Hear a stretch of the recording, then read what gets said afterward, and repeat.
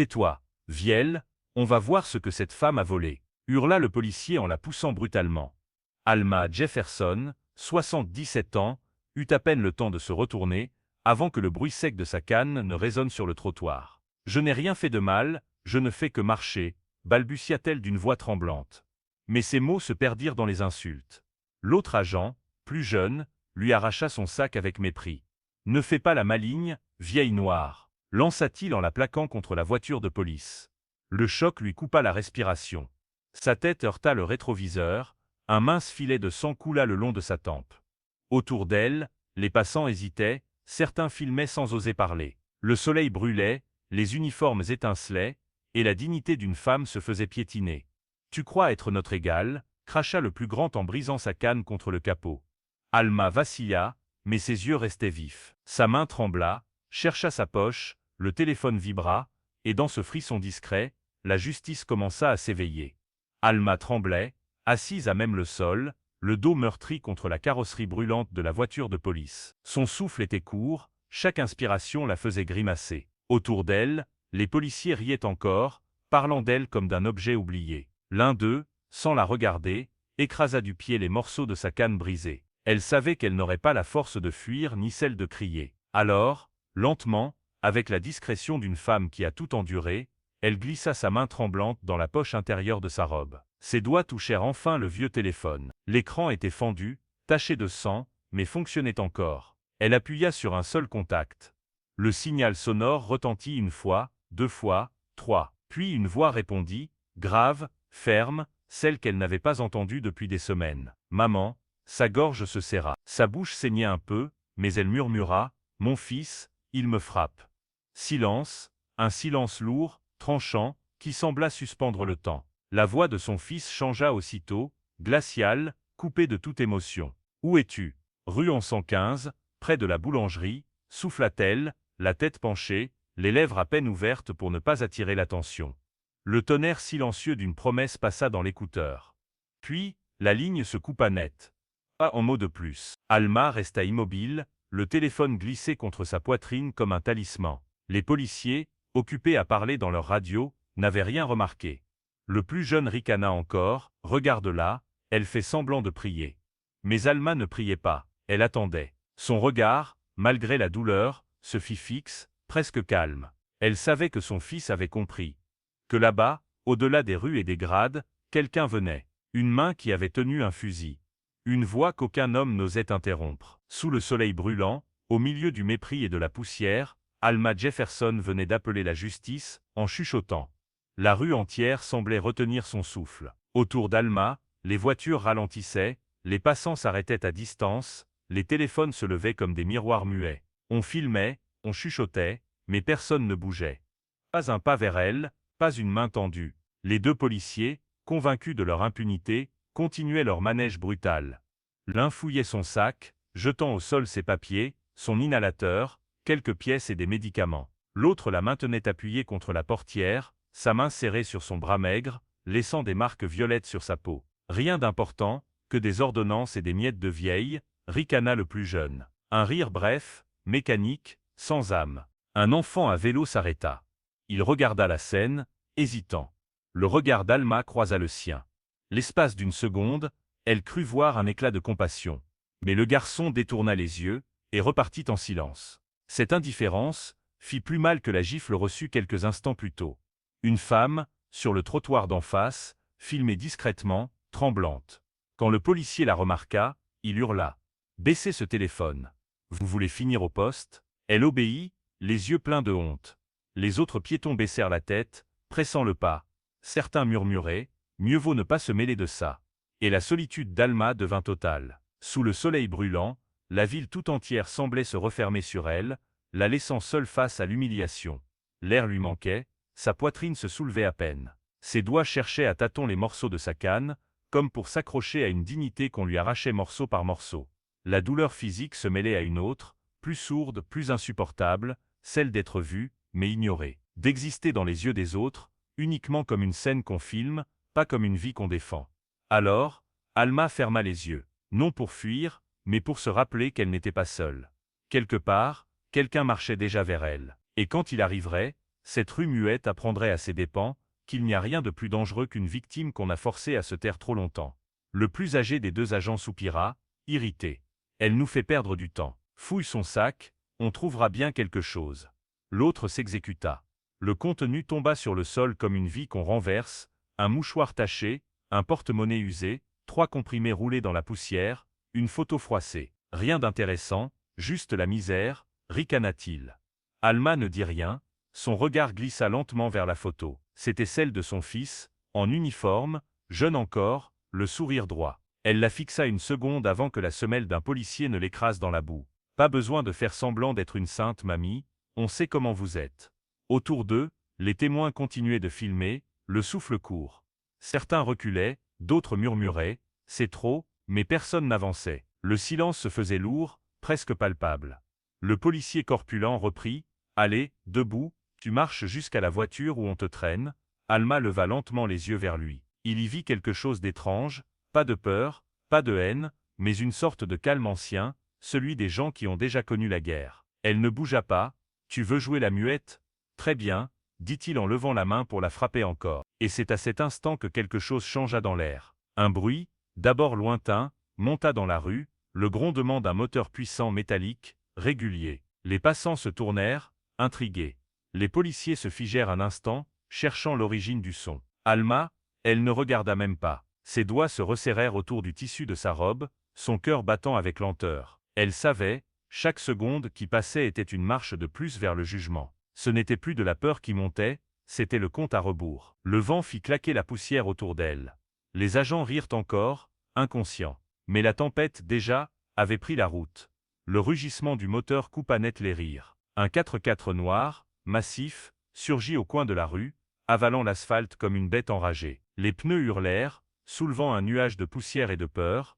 Il s'immobilisa d'un coup sec, juste devant la voiture de police où Alma gisait encore. Les passants reculèrent, les téléphones tremblèrent entre leurs doigts. Les portières arrière s'ouvrirent en même temps. 2 soldats en uniforme descendirent, précis, synchronisés. Puis, du côté gauche, une botte noire toucha le sol.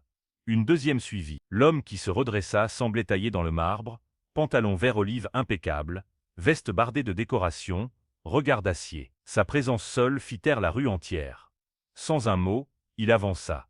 Chaque pas sonnait comme une sentence. Les policiers, d'abord figés, échangèrent un regard incertain. « Monsieur, c'est une zone d'intervention, veuillez reculer », tenta le plus jeune. L'homme ne répondit pas. Il s'approcha du premier soldat, qui lui tendit un téléphone sécurisé. « Transmission en cours, général », murmura celui-ci. Il porta l'appareil à son oreille, sa voix basse, nette, sans émotion. « Rapport d'agression sur civil non armé. 2 agents impliqués. Coordonnées, 34.2079, -118.2828. Niveau de réponse, une brève pause. Confirmé. Priorité 1. Il raccrocha, rendit le téléphone, puis leva enfin les yeux. Alma était là, au sol le visage marqué, le souffle court. Leurs regards se croisèrent. « Maman » souffla-t-il. « Mon fils » murmura-t-elle d'une voix tremblante. Ce mot, simple, fit chanceler l'air lui-même. Les 2 policiers pâlirent. Le plus grand tenta maladroitement de se justifier. « Nous ne savions pas, monsieur, c'était un contrôle de routine. » Le général Marcus Jefferson, car c'était lui, tourna lentement la tête vers eux. « Vous avez frappé ma mère » dit-il calmement. Sa voix n'avait pas besoin de hurler, elle portait déjà tout le poids du monde. Et dans cette rue poussiéreuse, chacun comprit que la tempête venait d'arriver. Le silence tomba d'un coup, lourd comme le ciel avant l'orage. Les policiers restèrent pétrifiés, incapables de comprendre ce qui se jouait. Le général Marcus Jefferson s'avança jusqu'à eux, son ombre se projetant sur leurs uniformes comme une condamnation. « À genoux » ordonna-t-il, d'une voix calme, presque douce. Les 2 hommes hésitèrent, cherchant encore un reste d'autorité dans leurs plaques, dans leurs armes, dans leur arrogance. « Je vous ai dit, à genoux, déposez vos armes. » Maintenant, le ton ne monta pas. Il n'en eut pas besoin. Chaque syllabe était une lame. Le plus jeune blêmit, recula d'un pas et laissa tomber son pistolet au sol. L'autre, plus massif, serra la mâchoire, la gorge tendue de fierté et de peur. « Vous n'avez aucune autorité sur nous » grogna-t-il.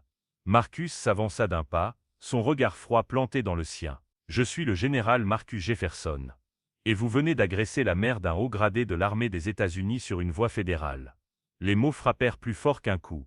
Autour, les soldats s'étaient alignés, impassibles, formant un mur d'ordre et de discipline. Les passants, eux, n'osaient plus respirer. Le policier corpulent sentit ses genoux céder malgré lui. Le plus jeune éclata en sanglots silencieux, tremblant sous le poids invisible de la honte. Marcus s'approcha encore, lentement. « Maintenant, vous allez vous agenouiller. Pas devant moi. Devant la loi. Devant la femme que vous avez piétinée. » Les deux hommes obéirent enfin, les armes au sol, les mains tremblantes. Et dans cette rue figée, chacun comprit qu'ils venaient de perdre bien plus que leur galon, ils venaient de perdre leur pouvoir sur l'injustice. Le général Marcus Jefferson s'approcha lentement des deux policiers agenouillés. Leur respiration était saccadée, leurs uniformes tachés de sueur et de honte. Alma, assise non loin, gardait le dos droit malgré la douleur, le regard posé sur son fils, calme, fier, incandescent. Marcus s'accroupit devant le plus corpulent. « Comment s'appelle ta mère » demanda-t-il d'une voix basse. Le policier cligna des yeux, déconcerté. « Quoi ? Ta mère » répéta Marcus, sans hausser le ton. « Dis-moi son nom. »« Suzanne. Suzanne Rins. » Le général le fixa quelques secondes, puis désigna Alma du doigt. « Imagine Suzanne ici. À sa place. Le visage contre le métal brûlant. Le dos frappé. Le sang coulant le long de sa joue. Tu peux imaginer ça ?» Le silence pesa. Le policier tenta de répondre, mais aucun son ne sortit. Marcus hocha lentement la tête. « Non, bien sûr que non. Parce que toi, tu pensais que ma mère n'avait pas de fils. Qu'elle n'avait personne pour la défendre. » Il se redressa, la voix désormais plus forte, s'adressant à tous ceux qui filmaient autour. « Ce qu'ils ont fait aujourd'hui, ce n'est pas une erreur. C'est un système. Un réflexe appris. Une croyance toxique qu'on peut humilier sans conséquence. Mais je vous le dis, aujourd'hui, cette croyance meurt ici. » Il se tourna vers Alma et posa une main sur son épaule avec une infinie douceur. « Maman, je te le promets, ils répondront de chaque coup, de chaque mot, de chaque seconde de cette humiliation. » Alma le regarda, fatiguée mais sereine. « Mon fils, ne laisse pas la colère te voler ton âme. La justice, pas la vengeance. » Marcus hocha la tête, les yeux humides. « La justice complète, maman, rien d'autre. » Les deux policiers, eux, n'osaient plus lever la tête. Ils avaient compris trop tard que l'uniforme ne protège pas du jugement moral. Et que la dignité, celle qu'ils avaient tenté d'écraser, venait de se relever sous la forme d'une mère et de son fils. Les ordres tombèrent comme un verdict. « Procédez à l'interpellation », déclara Marcus d'un ton net. Deux soldats avancèrent, gantés, précis, sans brutalité. Leurs gestes étaient d'une rigueur militaire parfaite, presque solennelle. Pas un mot de trop, pas un geste de vengeance, seulement la froide exactitude de la loi qui s'exécute. Les policiers, toujours à genoux, tremblaient. Le plus jeune pleurait en silence, secoué de sanglots qu'il tentait d'étouffer. Le plus corpulent fixait le sol, le visage durci, mâchoire serrée, refusant de céder à la panique. Mais ses doigts, crispés, le trahissaient, les menottes claquèrent. Ce son métallique résonna dans la rue comme une délivrance. Puis un capitaine militaire s'approcha, tenant une tablette et un micro relié à un canal officiel. Il lut d'une voix claire, « Agent impliqué dans agression caractérisée sur personne âgée non armée. Charge provisoire, violence aggravée, discrimination raciale, violation des droits civiques, abus de pouvoir, obstruction à la justice et tentative de falsification de preuves. » Chaque mot tombait comme un coup de marteau sur la conscience collective. Les témoins, encore là, se turent. Certains filmaient, d'autres baissaient les yeux, pris entre honte et soulagement. Le jeune policier éclata. « Je voulais pas. C'est lui qui a commencé. » Marcus s'avança, le regard impassible. « Et toi, tu as choisi d'obéir à la haine. L'un comme l'autre, vous avez cru que personne ne regarderait. Vous aviez tort. » Le capitaine poursuivit. « Conformément à la procédure fédérale, les deux suspects seront transférés sous juridiction militaire et remis au procureur du district. Toute tentative d'intervention sera considérée comme obstruction. » Les soldats se redressèrent. Les deux hommes furent relevés avec précaution, conduits vers le véhicule noir sans violence. La foule, silencieuse, s'écarta d'elle-même, comme un tribunal humain. Marcus resta immobile, son regard suivant les deux silhouettes menottées. Puis il souffla, presque pour lui-même, « Ce n'est pas une vengeance. C'est une leçon », et derrière lui, Alma esquissa un léger sourire, celui d'une femme qui venait enfin de voir la justice marcher, droite, propre et sans haine. Le calme revint peu à peu sur la rue. Les sirènes s'éloignaient, le vent soulevait un peu de poussière, et les passants, ceux qui avaient filmé, ceux qui s'étaient tus, restaient figés, incapables de bouger. Là où quelques minutes plus tôt s'étalait la violence, il ne restait que la dignité. Marcus aida doucement sa mère à se relever. Il prit soin de ne pas toucher ses blessures. Son uniforme semblait soudain plus lourd, comme s'il portait sur ses épaules la honte d'un pays entier. « Tu veux aller à l'hôpital, maman » demanda-t-il doucement. Alma esquissa un sourire, fatigué mais tranquille. « Non, mon fils, ce que je veux, c'est une tasse de thé. Et mon vieux fauteuil près de la fenêtre. » Cette phrase, simple et lumineuse, fit plus pour apaiser la rue que toutes les armes autour. Marcus inclina la tête. « Très bien, maman. On rentre » Il la prit par le bras, avec une tendresse infinie. Les soldats ouvrirent la portière du véhicule, puis s'écartèrent, tête baissée. Ce jour-là, le pouvoir ne protégeait pas, il servait. Quand le 4x4 noir s'éloigna, il ne resta qu'un silence chargé de sens. Les témoins, l'un après l'autre, baissèrent leur téléphone. Personne n'applaudit. Personne ne parla. Mais dans leurs regards, quelque chose avait changé. Ils avaient vu une vieille femme humiliée se relever sans haine. Ils avaient vu un fils puissant plier le genou devant la justice, pas devant la vengeance. Et chacun, au fond, savait qu'il venait d'assister à quelque chose de rare, le moment où la dignité humaine remet le monde à sa place. Dans cette rue anonyme, la peur avait perdu, et le respect avait enfin repris racine.